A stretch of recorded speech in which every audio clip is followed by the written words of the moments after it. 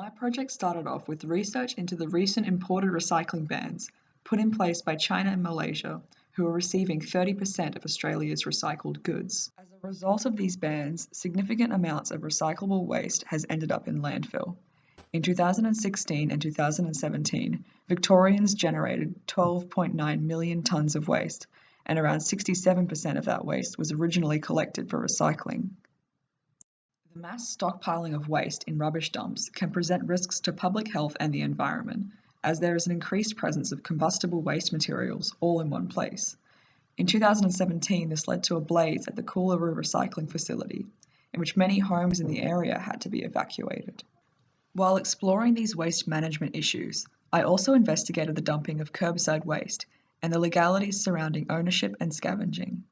In Australia, the concept of abandonment of items remains controversial, and an analysis conducted by Melbourne University shows that judges have not concluded about the legality of abandonment. I have always had an interest in scavenging and repurposing items for art, and have come to developing an art practice surrounding the use of cardboard. I was wondering how other artists have utilised waste materials for art, and how this is valuable in addressing environmental sustainability. The book Raw Plus Material Equals Art is an exploration of a diverse range of artists who have used recycled materials. It describes this practice as the repurpose of utilitarian or scrap materials from unglamorous items, often reconstructed in the spirit of investigation. A quote included by artist Michael Johansson stated, "Objects gain their value through the situations in which they are placed.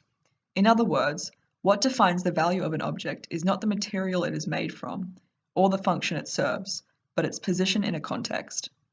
I found inspiration with 3 separate Australian artists that had vastly different takes on using recycled materials.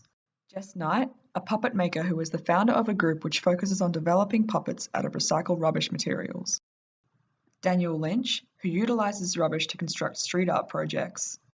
And Sue Ellen Wilkie, who develops sculptural pieces from old plastic.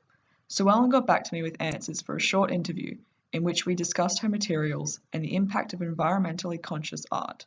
She uses polyethylene shopping bags to construct intricate sculptures and aims to encourage dialogue around the complexities of humans in our environment, the shared vulnerability, beauty, damage, resilience, and healing. When asked about the value of creating art with waste and the possibilities of raising environmental consciousness, she stated, "I take a somewhat different approach from the normal negative, fear-driven remontrances around waste and global warming. I like to think I offer an opportunity to see the possibilities of healing."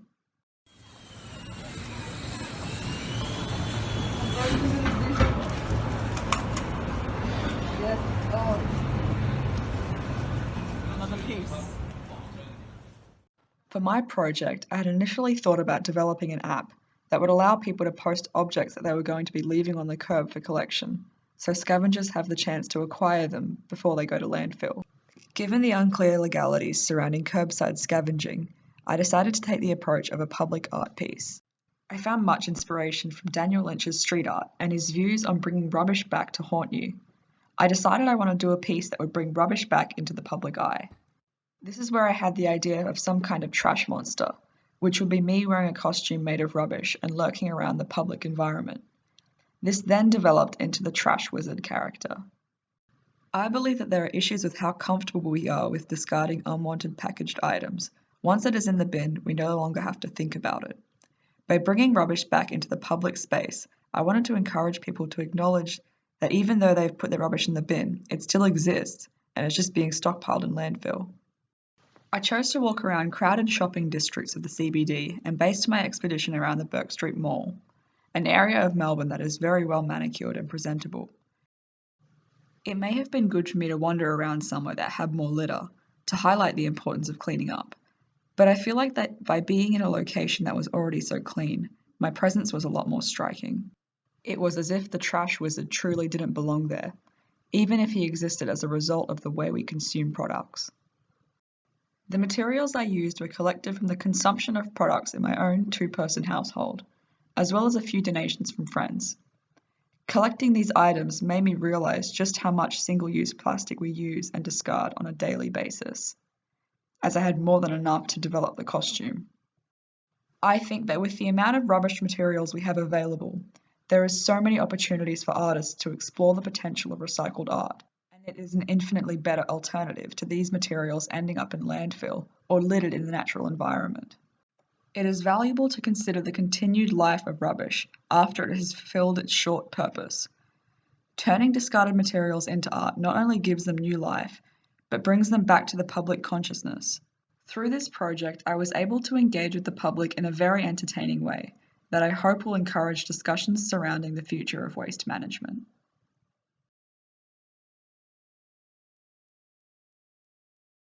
Yeah.